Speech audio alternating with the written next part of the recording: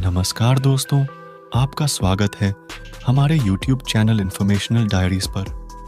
हमारे चैनल पर आपको एजुकेशन एंड डॉक्यूमेंट्री से संबंधित जानकारी मिलेगा। तो दोस्तों, इस यात्रा में हमारे साथ जुड़ें और नई नई वीडियोस का आनंद लें। और अगर आपने अभी तक हमारे चैनल को सब्सक्राइब नहीं किया है तो अभी कर लीजिए, ताकि आप हमारे नए वीडियोज से अपडेट रहें और हमारे साथ जुड़े रहें। तो चलिए शुरू करते हैं। सेक्शन 1, परिचय। मुगल साम्राज्य का आरंभ बाबर शाह, जो मुगल खानदान से संबंधित थे, के द्वारा हुआ था। उन्होंने 1526 में पानीपत के युद्ध में लोदी साम्राज्य को परास्त करके मुगल साम्राज्य की स्थापना की। बाबर के बाद मुगल साम्राज्य के प्रमुख सम्राटों में हुमायूं, अकबर, जहांगीर, शाहजहां और औरंगजेब शामिल हैं। हुमायूं बाबर का पुत्र था, जिन्होंने अपने शासनकाल में ताजमहल का निर्माण करवाया। उनके बाद उनका पुत्र अकबर आया, जिन्होंने भारतीय इतिहास में सुल्तान और उनके परिवार की याद को सजग रखा। अकबर का समय भारतीय इतिहास के रूप और संस्कृति के लिए एक महत्वपूर्ण काल था, जिसमें वे सभी धर्मों का समान अधिकार दिए और सामाजिक और आर्थिक रूप से समृद्धि को बढ़ावा दिया। अकबर के बाद उसका पोता जहांगीर आया, जिन्होंने अपने शासनकाल में कला, साहित्य और विज्ञान में विकास को बढ़ावा दिया। जहांगीर के बाद उसका पोता और ताजमहल का निर्माता शाहजहां आया, जिन्होंने अपने शासनकाल में विश्व प्रसिद्ध ताजमहल का निर्माण करवाया, जिसे आज भारत की एक अद्वितीय संस्कृति और ऐतिहासिक स्मारक माना जाता है। औरंगजेब अकबर के पोते थे, जिन्होंने अपने शासनकाल में विवादास्पद नीतियों और धर्मांतरण के कार्यों के कारण संघर्षों का सामना किया। उनके समय में मुगल साम्राज्य की अस्तित्व धारा में कमी होने लगी, जो अंततः 18वीं सदी के मध्य में अंत हुआ। सेक्शन 2, मुगल सम्राटों का आदान प्रदान। मुगल सम्राटों का आदान प्रदान भारतीय इतिहास में महत्वपूर्ण रहा है। इन सम्राटों ने अपने योगदान के माध्यम से भारतीय समाज, राजनीति और संस्कृति को बदला और सांस्कृतिक संदर्भ में विविधता और शांति की वातावरण को बनाया। 1. बाबर 1526 to 1530। बाबर ने पानीपत की लड़ाई में लोदी साम्राज्य को हराकर मुगल साम्राज्य की स्थापना की।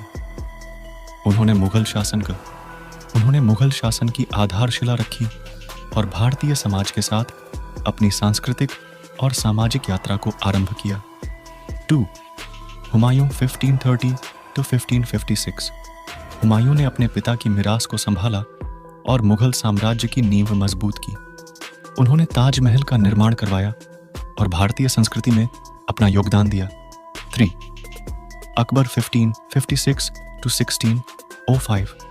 अकबर ने अपने शासनकाल में अद्वितीय प्रशासन, धर्मनिरपेक्षता और साहित्यिक विकास के लिए प्रसिद्ध थे। उनके काल में मुगल साम्राज्य ने आर्थिक, सामाजिक और सांस्कृतिक रूप से विकास किया। 4. जहांगीर 1605 to 1627। जहांगीर ने कला, साहित्य और विज्ञान के क्षेत्र में विकास को बढ़ावा दिया। उनका समय मुगल साम्राज्य के रूप और संस्कृति के लिए एक समृद्ध युग था। 5. शाहजहां 1628 to 1658। शाहजहां का काल विशेष रूप से ताजमहल के निर्माण के लिए प्रसिद्ध है। उन्होंने अपने समय में कला और साहित्य के क्षेत्र में विकास को बढ़ावा दिया। 6. औरंगजेब 1658 to 1707। औरंगजेब का काल धार्मिक और राजनीतिक संघर्ष के लिए जाना जाता है। उनकी संघर्ष की नीतियों ने समाज को प्रभावित किया और सम्राट अकबर की संरचनात्मक धारा को बदल दिया। इन मुख्य सम्राटों ने भारतीय समाज को अपनी अनोखी धारा और विचारधारा से प्रभावित किया और मुगल साम्राज्य को एक महत्वपूर्ण धार्मिक, सांस्कृतिक और सामाजिक अवधारणा का केंद्र बनाया। सेक्शन 3, विवाद और संघर्ष। औरंगजेब के काल में हुए धार्मिक और साम्राज्यिक विवादों के पीछे कई कारण थे, जिनमें धार्मिक और राजनीतिक विवाद, आर्थिक दिक्कतें और सामाजिक असंतोष शामिल थे। इन विवादों के कुछ मुख्य कारण निम्नलिखित हैं। 1. धार्मिक विवाद। औरंगजेब के काल में हिंदू और मुस्लिम समुदायों के बीच धार्मिक विवाद बढ़ गए। औरंगजेब ने कुछ धार्मिक नीतियों को अपनाया जो हिंदू समुदाय के साथ असहमति का कारण बने। 2. राजनीतिक विवाद। औरंगजेब के शासनकाल में राजनीतिक संघर्ष भी बढ़ गया। औरंगजेब के राजनीतिक नीतियों और तंत्रों पर विवाद होने लगे, जिससे उनकी सत्ता कमजोर होने लगी। 3. आर्थिक दिक्कतें। औरंगजेब के शासनकाल में मुगल साम्राज्य की आर्थिक स्थिति में दिक्कतें आईं। विदेशी आक्रमण, युद्ध और समस्याएं अर्थव्यवस्था को प्रभावित करने लगी। 4. सामाजिक असंतोष। औरंगजेब के काल में सामाजिक असंतोष भी बढ़ गया, जैसे कि व्यक्तिगत और सामाजिक असहमति, बेरोजगारी और न्याय संबंधी मुद्दे। इन विवादों और संघर्षों के कारण मुगल साम्राज्य की स्थिति दिन प्रतिदिन दयनीय होती गई। औरंगजेब के नीतियों के परिणाम स्वरूप साम्राज्य में आंतरिक असंतोष और द्विघात्मकता बढ़ गई, जिससे उसका अंत आधुनिक भारत के इतिहास में हुआ। सेक्शन 4 सांस्कृतिक यायावरण। मुगल साम्राज्य का सांस्कृतिक यायावरण अत्यंत समृद्ध और विविध था, जिसमें कला, संगीत और साहित्य के कई पहलू शामिल थे। यहाँ कुछ मुख्य प्रतिष्ठान हैं। 1. कला।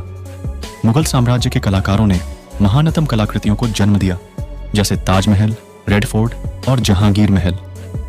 चित्रकला, मिनिएचर पेंटिंग, आर्किटेक्चर और इंजीनियरिंग में मुगल कला की महत्वपूर्ण योगदान था। 2.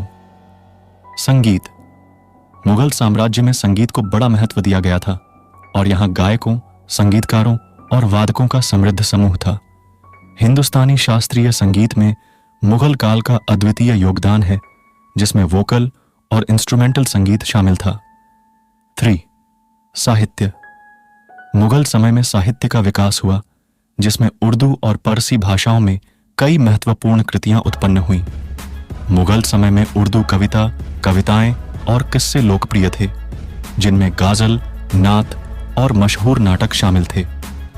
इन सांस्कृतिक यायावरणों का अध्ययन महत्वपूर्ण है, क्योंकि यह हमें उन समय की सांस्कृतिक धाराओं, रुचियों और सोच के बारे में समझने में मदद करता है। यह हमें उन्हें समझने और उनकी महत्वपूर्ण योगदान को समानता और सम्मान देने में मदद करता है, जो हमारे समाज की आत्मविश्वास को बढ़ाता है और हमें हमारे सांस्कृतिक विरासत को संरक्षित रखने के लिए प्रेरित करता है। सेक्शन 5 निष्कासन। विभिन्न कला, संगीत और साहित्य के प्राचीन संस्कृति के बारे में विस्तृत जानकारी देने के बाद यहाँ कुछ महत्वपूर्ण बिंदुओं का संक्षिप्त निष्कर्षण है। 1. मुगल साम्राज्य का सांस्कृतिक यायावरण अत्यंत समृद्ध और विविध था, जो भारतीय संस्कृति के अद्वितीय पहलुओं को प्रकट करता है। 2. कला और आर्किटेक्चर में मुगल साम्राज्य का अत्यधिक योगदान था, जैसे कि ताजमहल, जो आज भी एक अद्वितीय कला और संस्कृति का प्रतीक है। 3. संगीत की दृष्टि से मुगल समय में हिंदुस्तानी शास्त्रीय संगीत का विकास हुआ, जो आज भारतीय संगीत के महत्वपूर्ण घटक है। 4. साहित्य क्षेत्र में मुगल समय में उर्दू कविता, कहानियां और नाटकों का विकास हुआ, जो भारतीय साहित्य का महत्वपूर्ण अंग बना। 5.